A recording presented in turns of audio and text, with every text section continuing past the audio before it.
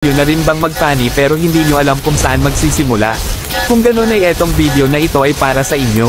Gumawa ako ng step-by-step guide kay Fanny para sa mga beginners na may part 1 hanggang 10. Dito sa part 1 ay pag-uusapan natin bakit mahalaga na matutunan mo si Fanny. Alam naman nating lahat na napakabilis umikot ni Fanny sa mapa dahil sa second skill niya. Mataas ang mobility ni Fanny kaya mabilis ka makaka-respo sa lane at pwede mo rin gawing advantage ito para makapag-split push. Bukod sa mabilis ay masakit din ang damage ni Fanny sa early game. Dahil dito ay pwede kayo mag-invade at maka-first blood. Napakalaking advantage kung makukuha nyo ang isang buff ng kalaban sa early at kung mapapatay nyo pa ang jungler nila. Hindi lang sa early may advantage si Fanny dahil kaya niya rin baligtarin ang sitwasyon sa late game. Kung nanonood kayo ng mga video ng ibang Fanny user ay makikita nyo kung paano mag-def si Fanny sa base at kung paano mag-split push sa late game. Sa paraang ito ay unti-unting mapupush ang mga tore ng kalaban at maaari silang mag-back o ipilit na i-end. Madali lang gamitin si Fanny pero nagmumukhang mahirap dahil sa mga napapanood nyo na video sa TikTok. Hindi nyo kailangan mag-freestyle o mag-straight cable kapag nagsisimula pa lang kayo. Ang kailangan nyo lang ay basic cable at basic combo para matuto kayo mag-Fanny. Tuturuan ko kayo ng mga basic combo at cable sa part 2. I-explain ko muna ang mga skills ni Fanny. Sa part 3 ko na ituturo ang mga basic combo at cables dahil kailangan nyo muna malaman ng mabuti kung para saan nga ba ang mga skills ni Fanny. Unahin natin ang passive niya na Air Superiority. Habang nasa ere si Fanny ay mati-trigger ang passive niya at magdadil ng 10-20% extra damage.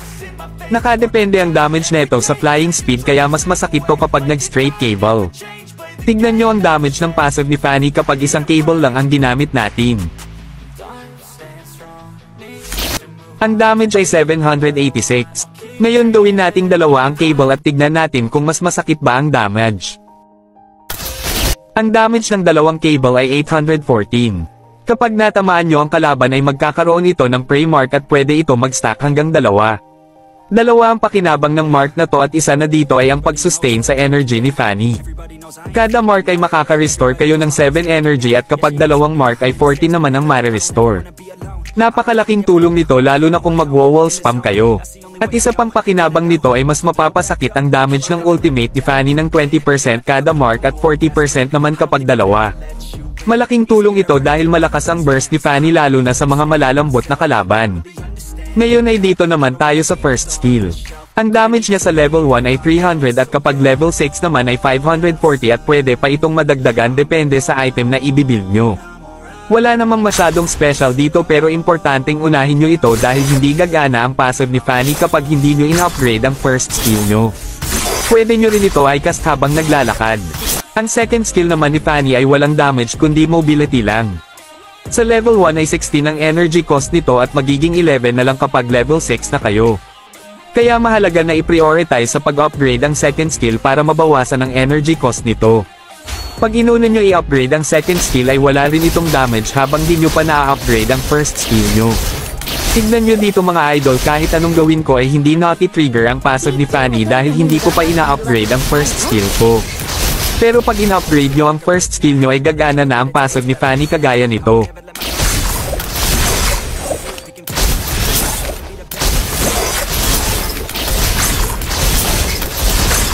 At panghuli ay ang ultimate ni Fanny. Ang damage nito kapag isa pa lang ang upgrade ay 500 hanggang 750 kapag max upgrade na. Madidagdagan pa ito dahil sa prey mark ng passive ni Fanny. Tignan nyo ang damage nito kapag walang prey mark. Ang damage ay 712. Ngayon ay lagyan natin isang mark ang bot at tignan natin ang pinagbago sa damage. Ang damage ay 856. Ngayon ay dalawang mark naman ang ilagay natin.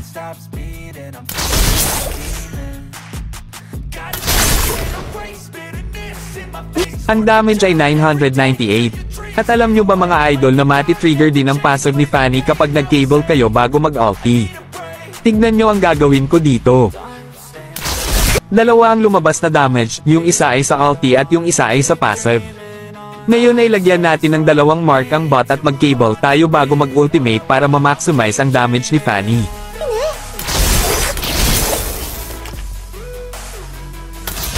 Kita nyo naman na masakit talaga ang damage ni Fanny basta marunong kayo mag-maximize ng skills. Ngayon ay may ituturo ako sa inyo na double damage trick kay Fanny. Alam nyo ba na kapag nag-straight cable kayo ay 2 beses mati-trigger ang passive ni Fanny? Tignan nyo ang gagawin ko dito mga idol. Mag-i-straight cable ako at tatamaan ko yung bot. Nakita nyo rin ba na 2 yung damage na lumabas dahil 2 beses na trigger ang passive ni Fanny? Ganito ang kadalasang ginagawa ng mga TikToker kaya sobrang sakit ng damage ng Fanny nila kahit early game pa lang. At ang ituturo ko sa inyo ngayon ay ang mga basic cable at combo. Unahin natin ang mga basic cable. Para matuto kayo mag-cable ay dapat alam nyo muna kung ano ang mechanics ng second skill ni Fanny. Ganito gumagana ang cable ni Fanny. Sa unang cable nyo ay diretso lang ang lipad ni Fanny at susundan niya lang ang cable na binato nyo kagaya neto. Maiiba lang ang direksyon ng lipad ni Fanny kapag nag-cast ulit kayo ng cable at depende din ito kung saan nyo ibabato ang pangalawang cable nyo.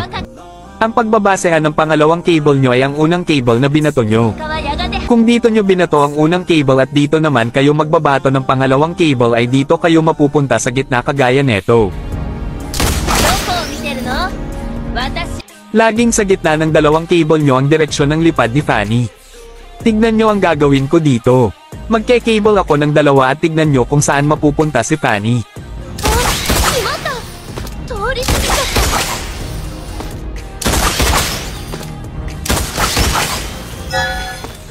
At tandaan nyo rin na kung gaano kalayo ang cable nyo ay ganun din kalayo ang mapupuntahan nyo.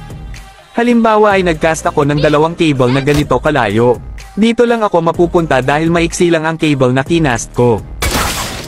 Pero kapag ganito ang ginawa ko ay malayo ang mapupuntahan ko dahil mahaba ang cable na kinast ko. Paano naman kung maraming cable? Ganito ang gagawin nyo mga idol. Kapag nagcast kayo ng 2 cable at eto ang huling cable nyo, ang susunod na cable nyo ay dito magbabase sa huling cable na binato nyo. Para mas maintindihan nyo ay bibigyan ko kayo ng example.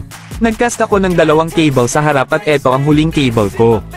Kapag nag-cable ako dito ay dito ako mapupunta at kapag dito naman ako nag-cable ay dito naman ako mapupunta sa kabila.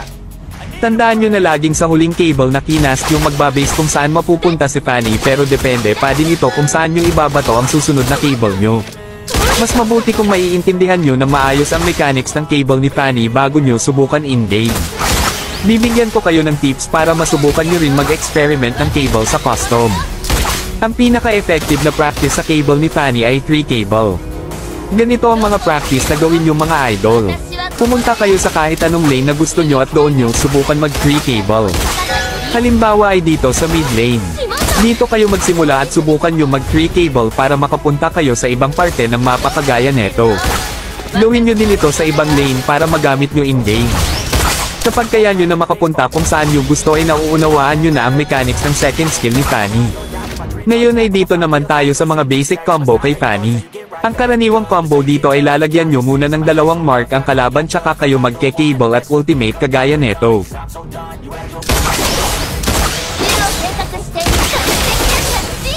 Pero masyadong mabagal to kaya may ituturo ako sa inyo na mas mabilis na paraan para magawa ito. Ang gagawin nyo lang ay mag-cable kayo papunta sa kalaban at kapag nataman na ay mag-cable kayo sa likod para bumalik at tamaan ulit ang kalaban. Sa paraang ito ay magkakaroon agad ng 2 mark ang kalaban nang hindi napuputol ang cable nyo. Pagkatapos ay pwede na kayo mag-ulti kasi masakit na ang damage dahil may 2 mark na ang kalaban.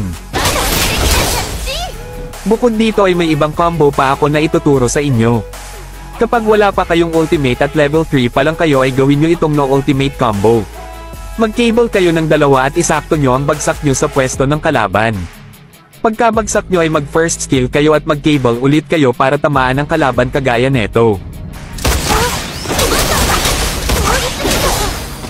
Hindi sigurado na mapapatay nyo ang kalaban dahil mabilis pa maubos ang energy nyo at depende din ito sa hero na kokombohan nyo. Ang susunod na combo naman ay cable plus ultimate plus first skill at basic attack. Magagawa nyo ito kapag lamang kayo at sa tingin nyo ay kaya nyo namang one-hit combo ng kalaban. Simple lang ito pero masakit din ang damage lalo na kung may item na kayo. Ang gagawin nyo lang ay mag-cable papunta sa kalaban, mag-ultimate, mag-first skill at basic attack. Masakit ang damage neto dahil malakas ang burst ni Fanny at na-maximize din natin ang damage niya. Ngayon ay tuturuan ko naman kayo ng mga combo na pwede nyong gamitin pang tower dive. Una ay ang 3 cable combo. Magagamit nyo ito depende kung saan kayo nakapwesto sa mapa. Halimbawa ay dito sa top lane at dito kayo nakapwesto sa bush. Ganito ang gagawin nyo. Mag-cable kayo ng isa dito tapos ay sundan nyo ng dalawang cable dito para mapunta kayo sa direksyon ng kalaban. Bago kayo bumaba sa cable ay mag-ulti agad kayo para gumana din ang passive ni Fanny at ma-maximize ang damage kagaya neto. Ang susunod naman ay ang in and out combo. Maganda itong combo na to sa mga kalaban na may CC na nanghahabol kagaya ng second skill ni Eudora.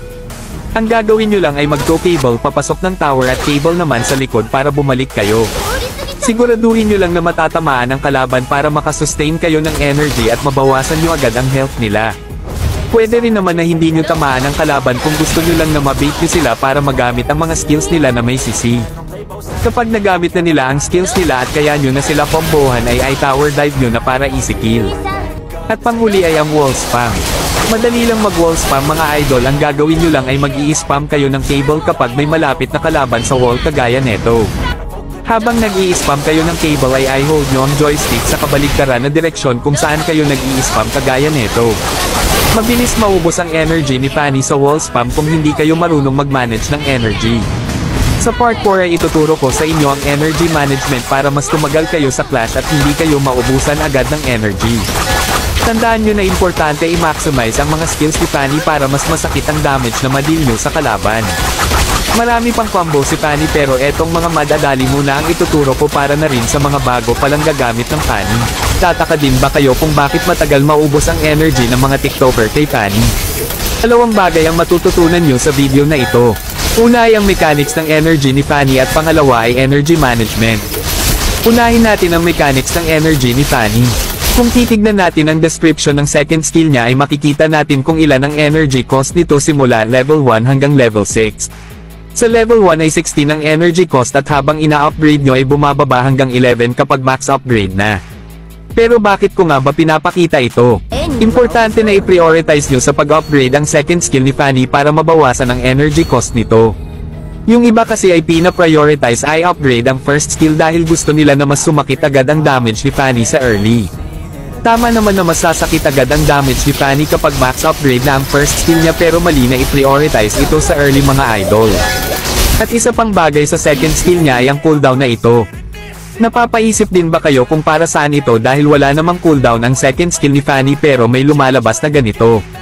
Karamihan sa mga Fanny user ay hindi alam ang tungkol dito pero kung nagbabasa kayo ng description ay malalaman nyo kung para saan ito. Ngayon ay balikan natin ang description ng second skill ni Fanny. Ang nakalagay sa pangalawang sentence ay pwede nyo ulit i-cast ang cable niya in 2 seconds hanggang maubos ang energy ni Fanny. At ang sumunod naman ay kada successive cast ng cable ay mare-reduce ang energy cost nito ng 2. Ano nga ba ang ibig sabihin neto? Ang ibig sabihin neto mga idol ay pwede nyo ulit i-cast ang second skill ni Fanny habang may cooldown na 2 seconds. At kapag nakapag-cast kayo ng second skill bago maubos ang 2 seconds na cooldown ay mababawasan ang energy cost ng susunod na cable nyo ng 2. Bibigyan ko kayo ng example para mas maintindihan yung mga idol. Ang energy cost ng second skill ko dito ay 11 dahil max upgrade na. Kapag nag-cast ako ng cable ay 11 ang energy cost. Pero kapag nag-cable ulit ako habang may cooldown ang second skill ko ay magiging 9 na lang ang energy cost nito. Habang nagke-cable kayo at hindi pa natatapos ang 2 seconds na cooldown ay mababawasan ng 2 energy ang mga susunod na cable nyo.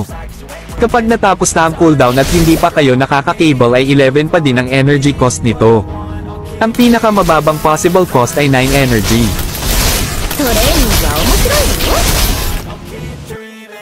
Ngayon ay dito naman tayo sa passive ni Fanny. Nakalagay dito na makaka-restore ng 7 energy kada stack ang subsequent skill hit sa mga may mark na kalaban. Ang big sabihin neto mga idol ay kapag nalagyan nyo ng mark ang kalaban ay makaka-restore kayo ng 7 energy sa susunod na skill hit ng passive ni Fanny. Bibigyan ko kayo ng example mga idol. Kapag nag-cable ako sa kalaban na walang mark ay 2 beses na mababawasan ang energy ko. Yung isa ay sa cable at yung isa naman ay sa passive. Pero kapag nag-cable ako ulit at tinamaan ko yung kalaban na may mark ay 1 beses lang nabawasan ang energy ko. Dahil may mark ang kalaban, yung cable natin ay nag-cost ng energy at yung passive ay nag-cost din pero hindi natin nakita dahil nag-restore ito ng 7 energy. Kumbaga ay pagkabawas sa energy natin ay nadagdagan din ito ulit kaya parang hindi na natin nakita na nabawasan ang energy natin. Ngayon ay subukan naman natin ito sa kalaban na may dalawang mark. Mapapansin nyo na nababawasan ang energy natin pero kapag tinamaan na ang kalaban ay bumabalik din agad. Dahil may dalawang stack ang kalaban at nakaka-restore tayo ng 7 energy kada mark ay 14 ang bumabalik sa energy natin. Dito naman tayo sa energy management. Ngayon na naunawaan nyo na ang mechanics ng energy ni Fanny ay madadalihin na lang kayo mag-manage ng energy.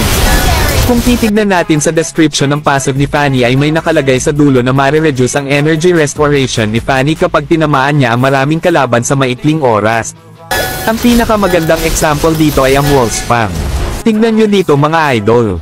Naglagay ako ng 5 bot at susubukan natin mag-wall spam ng mabilis.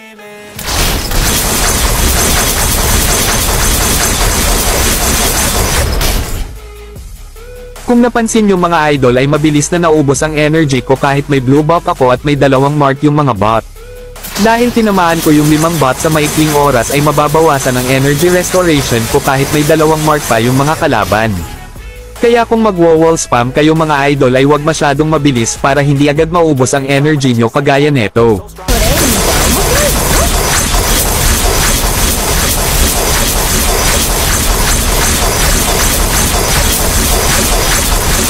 Ngayon ay magbibigay ako ng ilang tips para hindi agad maubos ang energy nyo. Una ay i-prioritize nyo sa pag-upgrade ang second skill ni Fanny. Unahin nyo itong IMAX upgrade para sa mas mababang energy cost.